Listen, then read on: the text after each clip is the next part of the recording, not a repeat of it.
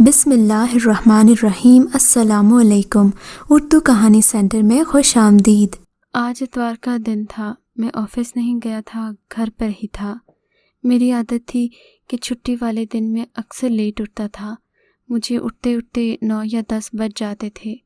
آج بھی میں اپنے بستر میں لیٹا ہی ہوا تھا، اٹھنے کی تیاری کر رہا تھا کہ میرے کانوں میں ایک مانوس سی آواز پڑی۔ یہ آواز کسی آدمی کی تھی۔ آواز سن کر میں تقریباً چونک ہی گیا تھا، کیونکہ گھر میں اور شازیہ اکیلے ہی رہتے تھے۔ اماں پچھلے 6 مہینوں سے بڑے بھائی کے گھر گئی ہوئی تھیں۔ مجھے حیرت ہوئی کہ صبح صبح کون آ گیا۔ تب میں نے سوچا کہ اٹھ کر صاحب سے ملوں، لیکن پھر نہ جانے مجھے اچانک آنکھ لگ گئی اور میں دوبارہ سو گیا۔ دوبارہ اٹھا تو تقریباً 11 بج رہے تھے۔ میں اٹھ کر کمرے سے باہر آیا تو شازیہ نے میری پسند کا ناشتہ بنایا ہوا تھا۔ میں نے پوچھا، شازیہ آج کیا گھر میں کوئی آیا تھا؟ میرے پوچھنے پر شازیہ بات گول مول کر گئی۔ خیر، میں نے بھی زیادہ اصرار نہیں کیا، مجھے اپنی بیوی پر پورا یقین تھا۔ شام کو ہم لوگ چائے پینے بیٹھے تو شازیہ نے خود ہی بتا دیا۔ کہنے لگی کہ ایک صاحب ہیں، بڑے پہنچے ہوئے ہیں۔ میں نے اولاد کے سلسلے میں ان سے دعا کروائی تھی۔ کبھی کبھار صبح کے وقت آ جاتے ہیں، اس لیے تمہیں نہیں بتایا کہ تم غصہ نہ کرو۔ شازیہ نے میرا موڈ دیکھ کر بات کہی تھی۔ مجھے اس کی یہی بات تو پسند تھی۔ ہمیشہ جب میں اچھے موڈ میں ہوتا تب کوئی ایسی بات کرتی تھی، اسی لیے مجھے برا بھی نہ لگا۔ اگلے دن تو خیر مجھے آفس جانا تھا۔ اگلی جمعرات کو شاید ان صاحب نے پھر آنا تھا۔ میری بیوی نے مجھے تاکید کی کہ آج میں آفس ذرا لیٹ جاؤں۔ میں پہلے ہمیشہ وقت پر جاتا تھا، اس لیے ایک دن لیٹ جانا میں افورڈ کر سکتا تھا۔ میں نے آفس میں اطلاع نہیں دی اور شازیہ کے بابا جی کا انتظار کرنے لگا۔ تھوڑی دیر گزری تھی کہ دروازے پر دستک ہوئی۔ شازیہ کی بجائے میں نے دروازہ کھولا۔ سامنے میرے آفس کا رضوان کھڑا تھا۔ رضوان، تم یہاں؟ میں نے حیرت سے پوچھا۔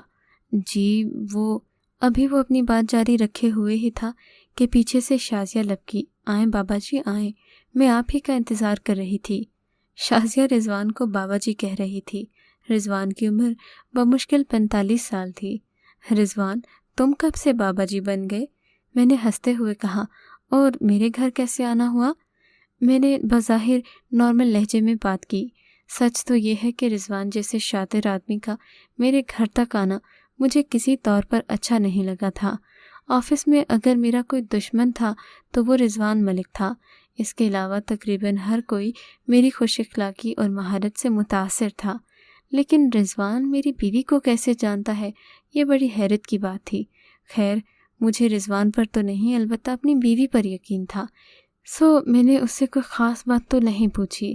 ہاں، مگر مجھے اس بات کی حیرت ضرور تھی کہ رضوان کے بارے میں تو میں نے کبھی نہیں سنا کہ اس کی دعائیں قبول ہوتی ہیں یا پھر وہ کوئی بڑی پہنچ والا بزرگ ہے۔ بزرگ تو کیا، اس کی عمر بزرگوں والی نہ تھی۔ خیر، اب رضوان میرے گھر آ ہی گیا تھا تو مجبوراً مجھے اس سے سلام دعا آفس میں بھی کرنا پڑی۔ خلاف معمول وہ بھی بڑی خوش اسلوبی سے مجھ سے ملا۔ میں اس کے اس بدلے ہوئے رویے پر حیران تھا کہ وہ مجھ سے دوستی کرنے پر راضی کیسے ہو گیا۔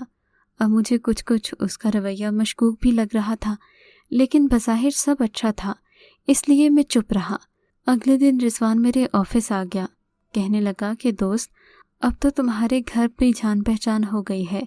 تم سوچ رہے ہوگے کہ میں تمہاری بیوی کو کیسے جانتا ہوں یا وہ مجھے کیسے جانتی ہے۔ دراصل بات یہ ہے کہ پیری فقیری ہمارا خاندانی پیشہ ہے۔ ہم لوگوں کی فی سبیل اللہ مدد کرتے ہیں۔ یہ میرے بزرگوں کا دیا ہوا اذن ہے جو اب میرے پاس ہے، اسی لیے میں لوگوں کی فی سبیل اللہ مدد کرتا رہتا ہوں۔ میرے پاس اور بھی بہت لوگ آتے ہیں۔ بھابھی بھی میرے پاس ایک دن اولاد کے سلسلے میں دعا کروانے آئی تھیں، اسی لیے ان سے جان پہچان ہو گئی تھی۔ میں نے بھابھی کو دعا کے علاوہ کچھ دوائیاں اور نسخے بھی دیے ہیں جن سے انشاءاللہ تم لوگ اولاد کی خوشی ضرور دیکھ پاؤ گے۔ رضوان کا اس طرح بات کرنا مجھے اچھا لگا، بلکہ یوں کہیے کہ میرے دل میں اس کے خلاف جو غلط فہمیاں بھری ہوئی تھیں وہ پل بھر میں دور ہو گئیں۔ لیکن سب کچھ اتنا اچھا نہیں تھا جیسا میں سوچ رہا تھا۔ اگلے دن رضوان مجھ سے کہنے لگا کہ اب اگر جان پہچان ہو ہی گئی ہے تو تم مجھے اپنے گھر دعوت پر بلا لو، میں اپنی مسز کو لے کر آپ سے ملنے آ جاؤں گا۔ اس طرح عورتیں آپس میں بات کر لیں گی اور ہم بھی کاروباری بات چیت کر لیں گے۔ میں نے رضوان کی دعوت کو خوش اسلوبی سے قبول کر لیا۔ ویسے بھی میں کافی مہمان نواز تھا۔ شازیہ شاید ابھی تک یہ بات نہیں جانتی تھی کہ رضوان میرے آفس میں کام کرتا ہے۔ میں نے اسے بتایا کہ رضوان میرے آفس میں میرا کلیگ ہے، میری اس سے اچھی خاصی دوستی ہو گئی ہے۔ اب میں اسے گھر بلانا چاہ رہا ہوں، تم کھانے کا انتظام کر دینا۔ وہ تو پہلے ہی رضوان سے خاصی عقیدت رکھتی تھی۔ میں اسے اپنا کلیگ سمجھتا تھا، مگر وہ تو شاید پیر مانتی تھی۔ تبھی کہنے لگی کہ وہ بہتر سے بہتر انتظام کرے گی۔ اس کی بات سن کر مجھے خوشی ہوئی۔ آخر کو دنیا داری بھی کوئی چیز ہوتی ہے۔ رضوان پھر میرے آفس میں کام کرتا تھا۔ خیر، شام کے تقریباً 5 بجے رضوان نے مجھے کال کی کہ وہ لوگ گھر سے نکل گئے ہیں۔ میں نے اپنی بیوی شازیہ کو سبھی ضروری اشیاء لا کر دے دی۔ ٹھیک پون گھنٹے کے بعد گھر کے دروازے پر ہارن بجا تو میں سمجھ گیا کہ رضوان اور اس کی بیوی آ گئے ہیں۔ میں انہیں ریسیو کرنے گیا۔ رضوان بڑی سی گاڑی میں آیا تھا، حالانکہ آفس میں وہ اکثر موٹر سائیکل پر آیا کرتا تھا۔ خیر، دوسری حیرت مجھے اس بات پر ہوئی کہ رضوان اچھا خاصا معقول آدمی تھا، لیکن اس کی بیوی کم صورت، بلکہ یوں کہیے کہ ایک اوس درجے کی شکل و صورت بھی نہ رکھتی تھی۔ رنگ کالا کلوٹا اور بھدی موٹی سی عورت تھی۔ اس لمحے مجھے لگا کہ رضوان مجھے رشک بھری یا پھر حسرت بھری نظروں سے دیکھ رہا ہے، کیونکہ شازیہ انتہائی خوبصورت تھی اور اس کی چال ڈھال، بات چیت کرنے کا انداز سبھی سے جدا تھا۔ اس میں پڑھی لکھی لڑکیوں والی نزاکت اور کم پڑھی لکھی لڑکیوں والی عاجزی اور سنجیدگی تھی۔ میری بیوی نے رضوان اور اس کی بیوی کے لیے ڈھیر سارے کھانے بنائے تھے۔ خیر، تھوڑی دیر میں یہ لوگ کھانے سے فارغ ہو گئے۔ کھانے سے فارغ ہو کر میں رضوان کو چھوڑنے گیٹ تک گیا۔ تب رضوان کہنے لگا کہ اس کا فون اندر رہ گیا ہے۔ بطور میزبان میری ذمہ داری بنتی تھی کہ میں اسے فون لا کر دوں۔ میں جلدی سے اندر کمرے میں گیا، ساری جگہوں پر ڈھونڈ لیا، مگر جہاں وہ بیٹھا تھا وہاں فون کہیں پر بھی نہیں تھا۔ مجھے بڑی پریشانی ہوئی۔ میں نے شازیہ سے کہا کہ تم دیکھو، رضوان کا فون کہیں گم ہو گیا ہے۔ اتنے میں باہر سے رضوان کی آواز آئی۔ میں گیا تو کہنے لگا، معاف کرنا، فون میرے پاس ہی تھا، میں نے تمہیں یوں ہی تکلیف دی، مجھے یاد نہیں رہا۔ رضوان میرے گھر کے صحن میں کھڑا دیدے پھاڑ پھاڑ کر میرے گھر کی طرف دیکھ رہا تھا۔ خیر، اس کی یہ حرکتیں میں اس لیے برداشت کر رہا تھا کہ اب اسے ایک رسمی سا تعلق بن گیا تھا۔ اسے رخصت کر کے میں گھر آیا تو شازیہ میرا انتظار کر رہی تھی۔ وہ صحن میں بے تابی سے ٹہل رہی تھی۔ مجھے لگا میرا انتظار کر رہی ہوگی، مگر میرے جانے پر بھی اس کی پریشانی کم نہ ہوئی۔ وہ کچھ عجیب سے تاثرات لیے مجھے ویران آنکھوں سے دیکھ رہی تھی، جیسے کوئی بہت بڑا راز جان گئی ہو۔ وہ رات تو سوچتے سوچتے ہی گزر گئی۔ مجھے بھی کچھ بے چینی سی ہو رہی تھی۔ اگلے دن آفس میں رضوان نے میرا خیر مقدم کیا۔ وہ بڑا خوش لگ رہا تھا، میری بیوی کے کھانوں کی تعریفیں کر رہا تھا اور میرے گھر کے سلیقے کی بھی۔ مجھے اس کی تعریف کرنا کچھ زیادہ پسند تو نہیں آیا، لیکن میں اسے کچھ کہہ بھی نہیں سکا۔ آج گھر آیا تو شازیہ کا موڈ خلاف معمول بڑا آف تھا، حالانکہ وہ ہمیشہ مسکرا کر مجھ سے بات کرتی تھی، مجھ سے ملنے دروازے پر آتی تھی، لیکن آج دروازہ کھول کر اندر چلی گئی۔ یہ رویہ بڑا تکلیف دہ تھا، لیکن خیر ایسا پہلی بار ہوا تھا، اس لیے میں نے نظر انداز کر دیا۔ شام کو ہلکی بارش ہوئی۔ شازیہ نے میرے پسندیدہ پکوڑے اور چٹنی بنائے، لیکن وہ میرے ساتھ کھا نہیں رہی تھی۔ ایسا لگ رہا تھا کسی بات پر مجھ سے خفا ہے۔ ہم دونوں کمرے کی کھڑکی میں کھڑے تھے، تبھی میری نظر صحن پر پڑی۔ آج صحن میں چیزیں یوں ہی بکھری ہوئی تھیں۔ وہ صوفہ نما کرسی، جس کی وہ بڑی قدر کیا کرتی تھی، جوں کا توں صحن میں رکھا بارش میں پڑا بھیگ رہا تھا۔ شازیہ، کیا بات ہے؟ تمہارا دھیان کہاں ہوتا ہے؟ آج ساری چیزیں یوں ہی پڑی بھیگ رہی ہیں، تم نے کسی چیز کو ہاتھ تک نہیں لگایا۔ کیوں؟ ہر چیز کیا میرے ہی ذمہ ہے؟ شازیہ نے تیکھے لہجے میں کہا۔ شازیہ مقابلے بازیاں کرنے والی عورت نہیں تھی، نہ جانے آج اسے کیا ہو گیا تھا۔ اچھا شازیہ، کوئی بات نہیں، بارش ویسے بھی ہلکی ہلکی سی ہے۔ میں نے بات کو ٹالنا چاہا۔ شازیہ خاموش تھی۔ رات کو ہم لوگ سونے کے لیے لیٹے تو شازیہ نے منہ پھیر لیا۔ میں بھی اس سے بات کیے بنا سو گیا۔ رات کے تقریباً 2-3 بجے مارے پیاس کے میری آنکھ کھلی۔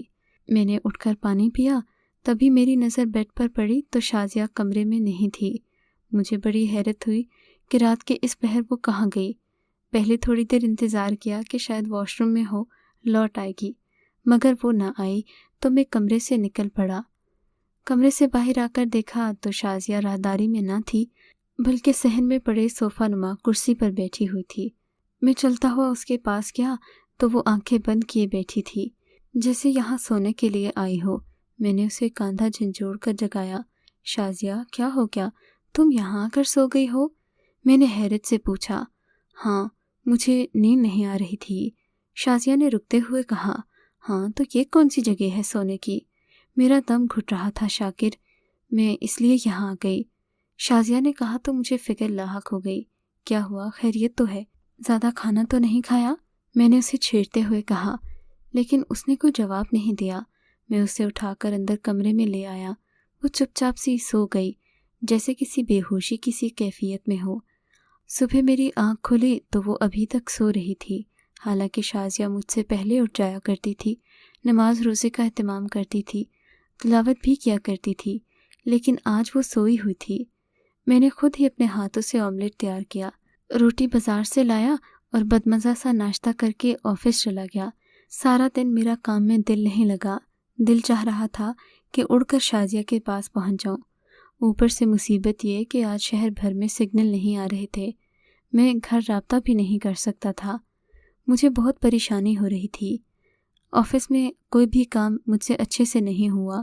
پھر جلدی جلدی کام ختم کر کے گھر پہنچا تو شازیہ کی طبیعت سخت خراب تھی۔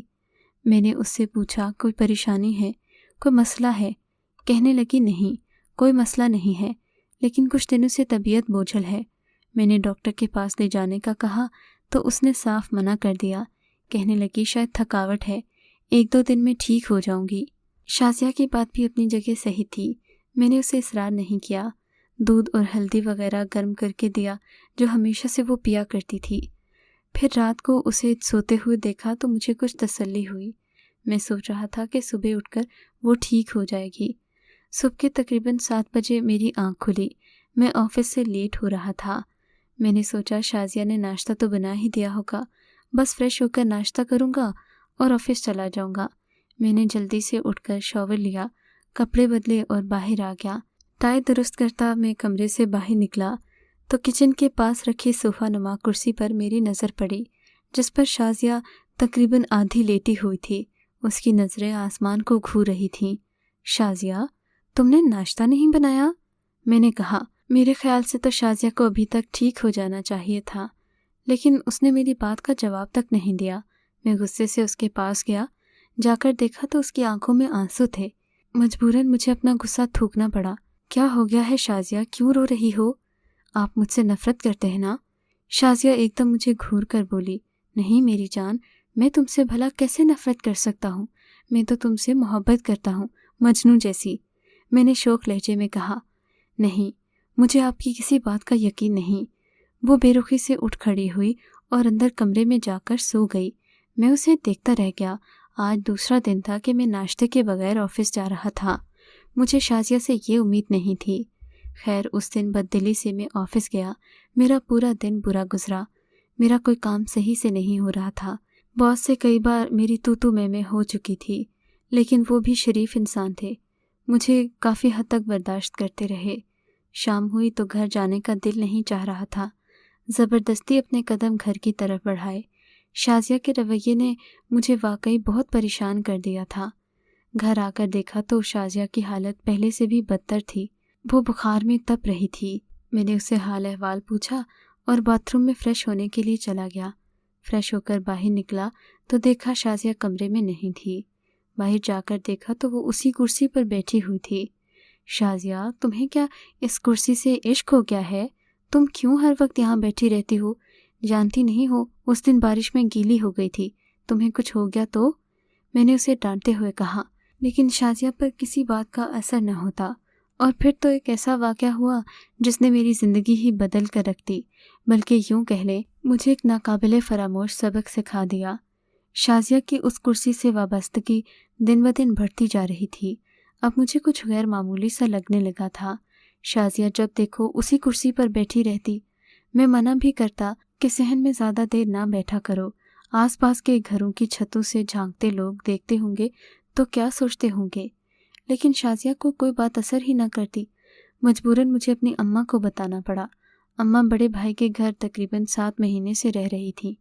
میں نے کہا آج کل شازیہ کی طبیعت کچھ ٹھیک نہیں، اگر آپ آ جائیں گی تو اس کی بھی طبیعت سنبھل جائے گی اور میری پریشانی کم ہو جائے گی۔ اماں تو پورے خاندان کو جوڑ کر رکھنے والی عورت تھیں، میرے بلانے پر فوراً آ گئیں۔ وہ ساس نہیں ماں جیسی محبت کرتی تھیں۔ انہوں نے شازیہ کی حالت دیکھی تو گھبرا گئیں، کہنے لگیں بیٹا مجھے شازیہ کچھ ٹھیک نہیں لگتی، بہتر ہے کہ تم اس کا ڈاکٹر سے چیک اپ کرواؤ۔ مگر حیرت کی بات یہ تھی کہ شازیہ گھر سے باہر جانے کو تیار ہی نہیں تھی۔ مجھے ڈاکٹر کو گھر بلانا پڑا۔